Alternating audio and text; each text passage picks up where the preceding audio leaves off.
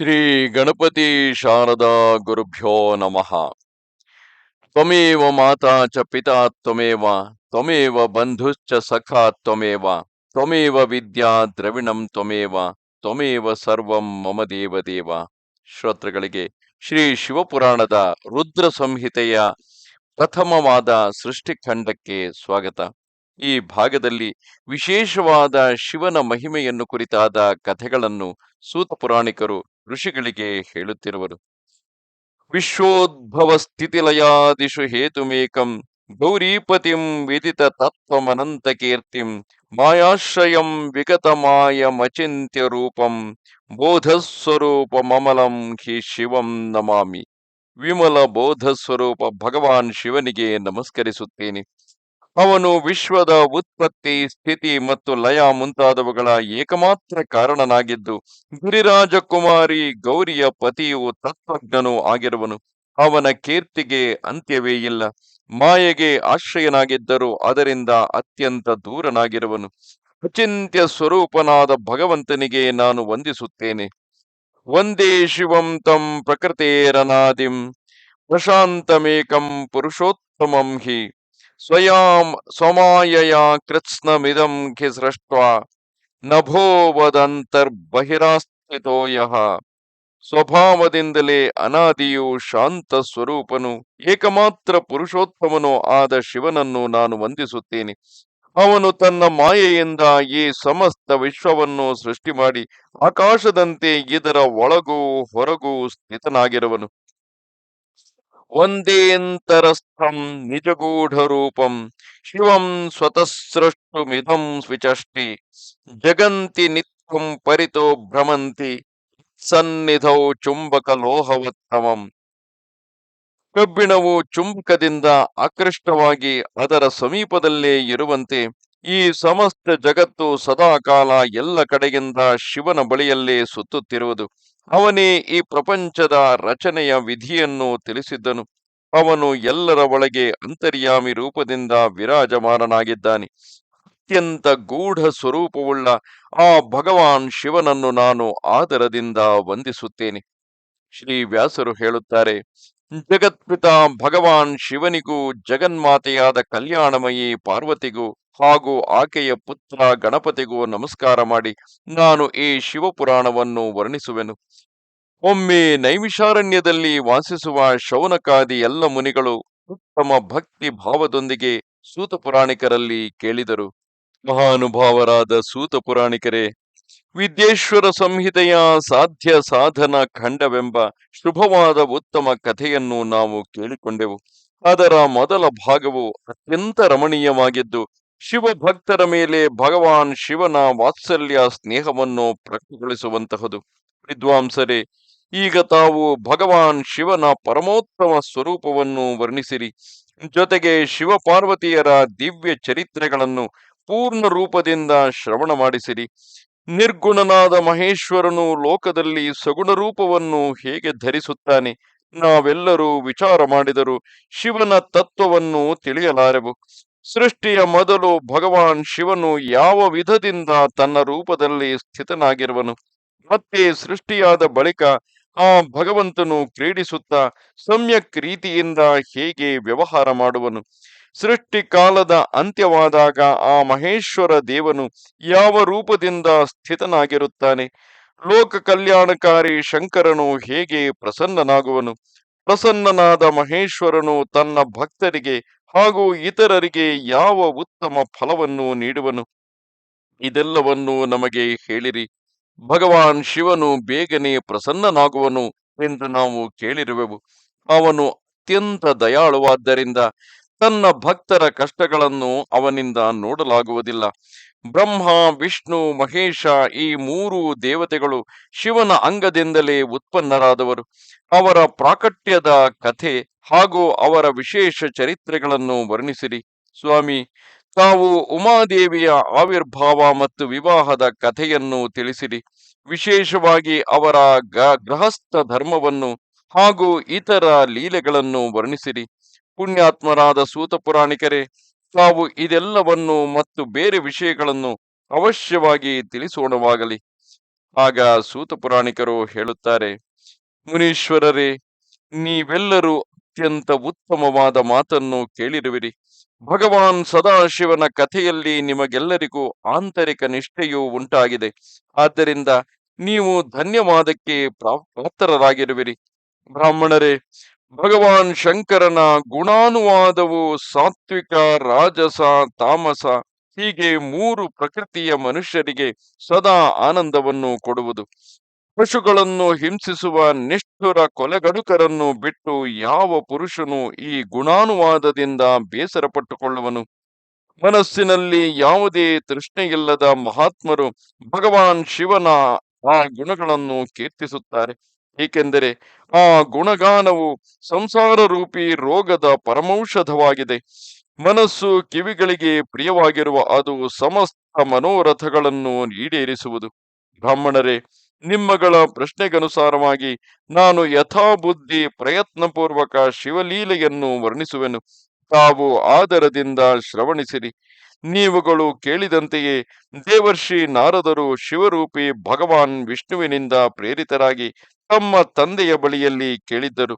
ತನ್ನ ಮಗನಾದ ನಾರದರ ಪ್ರಶ್ನೆಯನ್ನು ಕೇಳಿ ಶಿವಭಕ್ತರಾದ ಬ್ರಹ್ಮದೇವರು ಚಿತ್ತವು ಸಂತೋಷಗೊಂಡಿತು.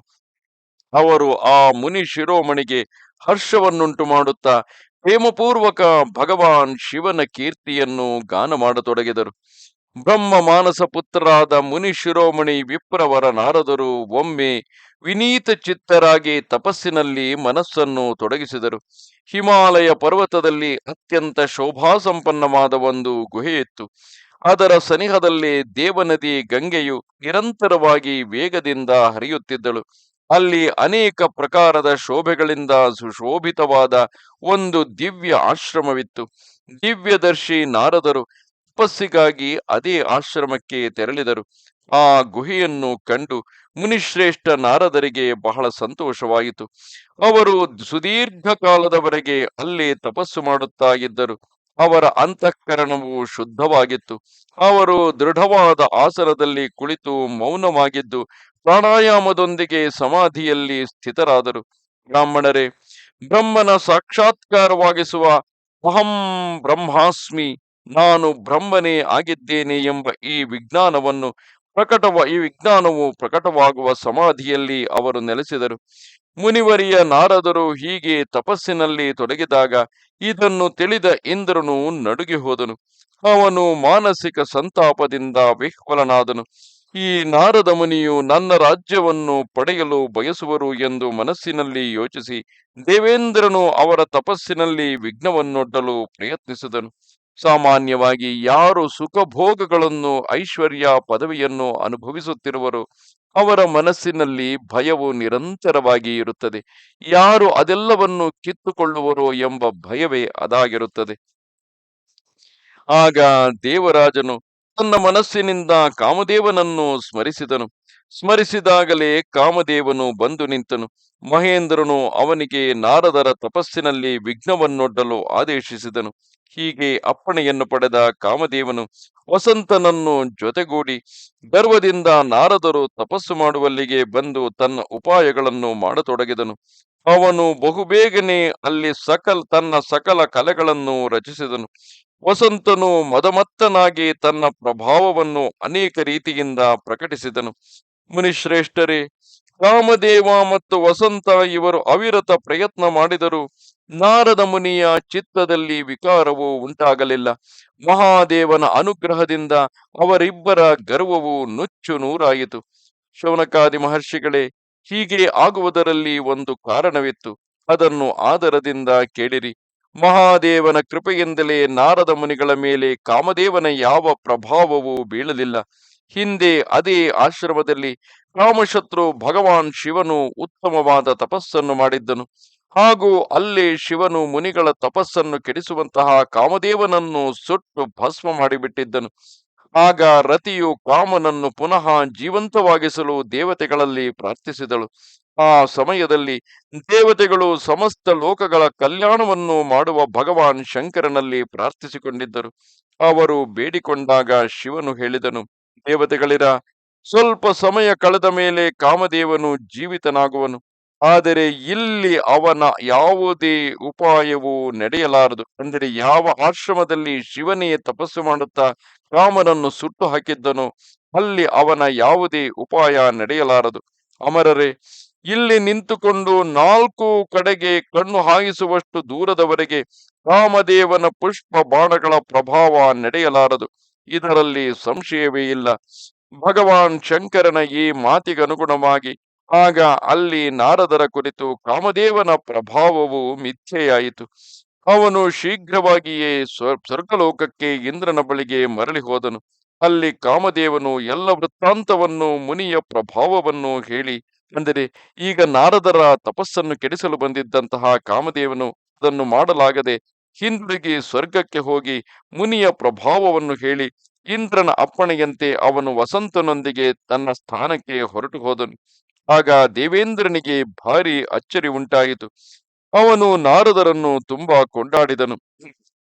ಆದರೆ ಶಿವನ ಮಾಯೆಯಿಂದ ಮೋಹಿತನಾದ್ದರಿಂದ ಅವನು ಆ ಹಿಂದಿನ ವೃತ್ತಾಂತವನ್ನು, ಅಂದರೆ ಯಾವ ಕಾರಣದಿಂದಾಗಿ, ಅಂದರೆ ಶಿವನು ಕಾಮನನ್ನು ಸುಟ್ಟು ನಂತರ ಮರುಜೀವ ಕೊಟ್ಟಂತಹ ಕಾರಣದಿಂದಾಗಿ ಅಲ್ಲಿ ಕಾಮದೇವನ ಪ್ರಭಾವವು ನಡೆಯುವುದಿಲ್ಲ ಎಂಬ ವೃತ್ತಾಂತವನ್ನು ಸ್ಮರಿಸದೇ ಹೋದನು. ನಿಜವಾಗಿಯೂ ಈ ಜಗತ್ತಿನಲ್ಲಿ ಎಲ್ಲ ಜನರೊಂದಿಗೆ ಶಂಭುವಿನ ಮಾಯೆಯನ್ನು ತಿಳಿಯುವುದು ಅತ್ಯಂತ ಕಠಿಣವಾಗಿದೆ. ಭಗವಾನ್ ಶಿವನ ಚರಣಗಳಲ್ಲಿ ತನ್ನನ್ನು ಅರ್ಪಿಸಿಕೊಂಡಿರುವ ಭಕ್ತನನ್ನು ಬಿಟ್ಟು ಉಳಿದಿರುವ ಇಡೀ ಜಗತ್ತು ಅವನ ಮಾಯೆಯಿಂದ ಮೋಹಿತವಾಗಿರುತ್ತದೆ.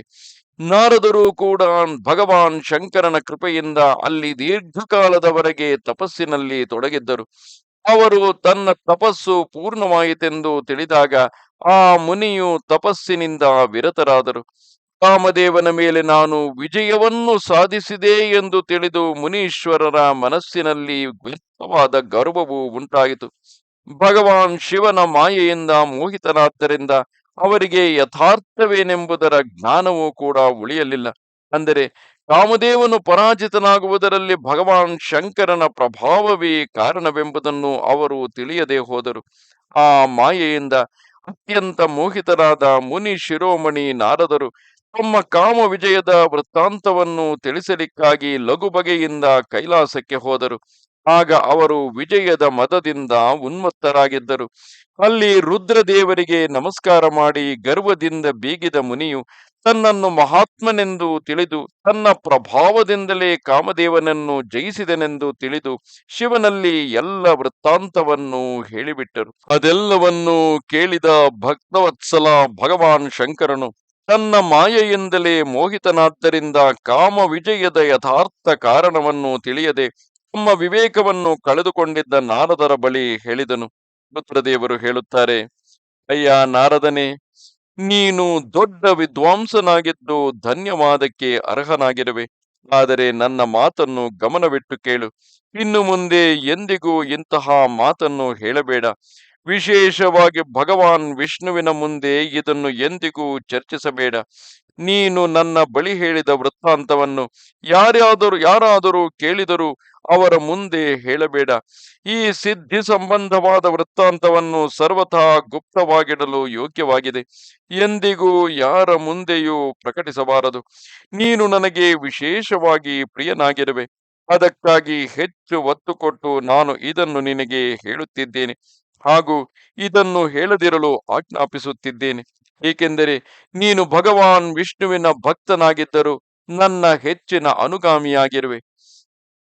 ಈ ಪ್ರಕಾರವಾಗಿ ಅನೇಕ ವಿಧವಾಗಿ ತಿಳಿಸಿ ಹೇಳಿ ಜಗತ್ತನ್ನು ಸೃಷ್ಟಿಸುವ ಭಗವಾನ್ ರುದ್ರನು ನಾರದರಿಗೆ ಉಪದೇಶಿಸಿ ತನ್ನ ವೃತ್ತಾಂತವನ್ನು ಗುಪ್ತವಾಗಿಡಲು ಅವನಿಗೆ ಎಚ್ಚರಿಕೆ ನೀಡಿದನು. ಆದರೆ ನಾರದನಾದರೂ ಮಾಯೆಯಿಂದ ಮೋಹಿತರಾಗಿದ್ದರು. ಅದರಿಂದಾಗಿ ಅವರು ಶಿವನ ಉಪದೇಶವನ್ನು ತನಗೆ ಹಿತಕರವೆಂದು ತಿಳಿಯಲಿಲ್ಲ. ಅನಂತರ ಮುನಿ ಶಿರೋಮಣಿ ನಾರದರು ಬ್ರಹ್ಮಲೋಕಕ್ಕೆ ಹೋದರು.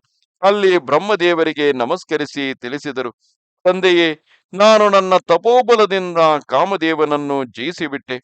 ಅವನ ಮಾತನ್ನು ಕೇಳಿ ಬ್ರಹ್ಮದೇವರು ಭಗವಾನ್ ಶಿವನ ಚರಣಾರವಿಂದಗಳನ್ನು ಚಿಂತಿಸಿ ಎಲ್ಲ ಕಾರಣಗಳನ್ನು ಅರಿತುಕೊಂಡು ತನ್ನ ಮಗನಿಗೆ ಇದೆಲ್ಲವನ್ನು ಹೇಳಲು ತಡೆದರು.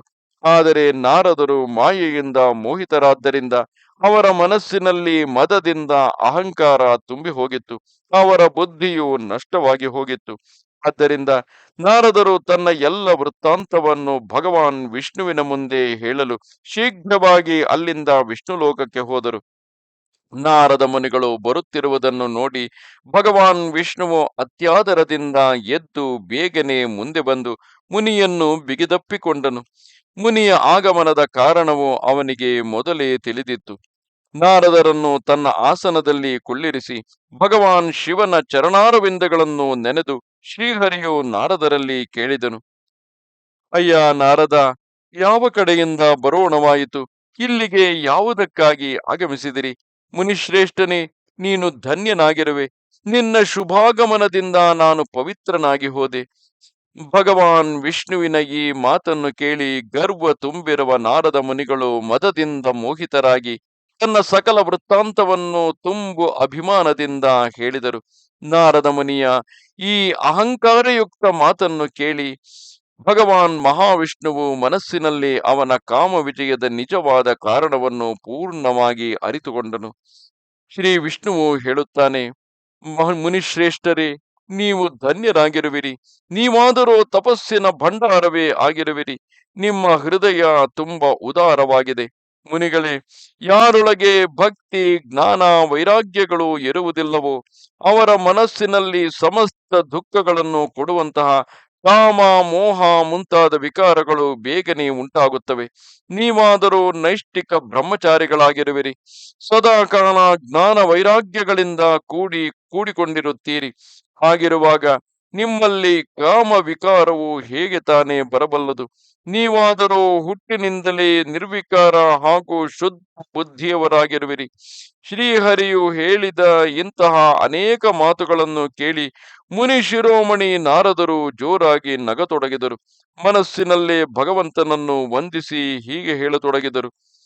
ಸ್ವಾಮಿ, ನನ್ನ ಮೇಲೆ ನಿನ್ನ ಕೃಪೆ ಇರುವಾಗ ಆ ಕಾಮದೇವನು ತನ್ನ ಯಾವ ಪ್ರಭಾವವನ್ನು ತಾನೇ ತೋರಬಲ್ಲನು? ಹೀಗೆ ಹೇಳಿ ಭಗವಂತನ ಚರಣಗಳಲ್ಲಿ ಮಸ್ತಕವನ್ನು ಚಾಚಿ ಇಚ್ಛಾನುಸಾರವಾಗಿ ಸಂಚರಿಸುವ ನಾರದರು ಅಲ್ಲಿಂದ ಹೊರಟು ಹೋದರು. ಈ ರೀತಿಯಾಗಿ ಮಾಯೆಯು ನಮ್ಮನ್ನು ಆವರಿಸಿರುವಾಗ ಮನಸ್ಸಿನಲ್ಲಿ ಬಾಯಿಂದ ವಾಕ್ಯನಿಂದ ಉನ್ನತವಾದ ಮಾತುಗಳೇ ಬರುತ್ತಿದ್ದರು. ಎಲ್ಲವೂ ಶ್ರೀಹರಿಯ ಚರಣಾರವಿಂದದ ಸ್ಮರಣೆಯಿಂದಾಗಿ ಎಂದು ಹೇಳುತ್ತಿದ್ದರು. ಮೂಲದಲ್ಲಿ ನಿಜವಾದ ಕಾರಣವಾದಂತಹ ಶ್ರೀಹರಿಯ ಶಿವನ ಮಾಯೆಯ ಪ್ರಭಾವವೇ ಅದು.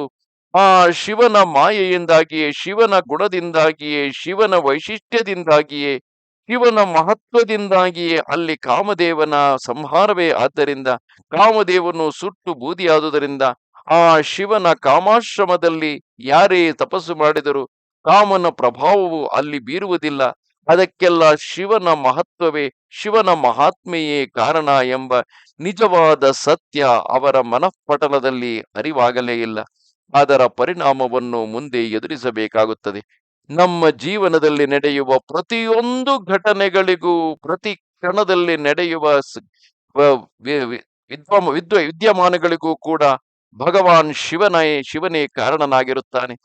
ಶಿವನ ಇಚ್ಛೆ ಇಲ್ಲದೆ ಜೀವನದಲ್ಲಿ ಬದುಕಿನಲ್ಲಿ ಏನೂ ನಡೆಯುವುದಿಲ್ಲ. ಆದರೂ ಕೂಡ ಇದೆಲ್ಲವನ್ನು ನಾನೇ ಮಾಡಿದೆ ಎಂದು ಭಾವಿಸುವ ಕಾರಣದಿಂದಾಗಿ ಹಲವು ರೀತಿಯ ಸಮಸ್ಯೆಗಳಿಗೆ, ಕರ್ಮ ಬಂಧನಗಳಿಗೆ ಸಿಕ್ಕಿಕೊಳ್ಳುತ್ತೇವೆ. ಎಲ್ಲವೂ ಶಿವನಿಚ್ಛೆಯಲ್ಲವೇ? ನಮಸ್ತೆ ಶಾರದಾ ದೇವಿ, ಕಾಶ್ಮೀರ ಪುರವಾಸಿನಿ, ತ್ವಾಮಹಂ ಪ್ರಾರ್ಥಯೇ ನಿತ್ಯಂ, ವಿದ್ಯಾದಾನಂಚ ದೇಹಿಮೆ. ನಮಸ್ಕಾರ.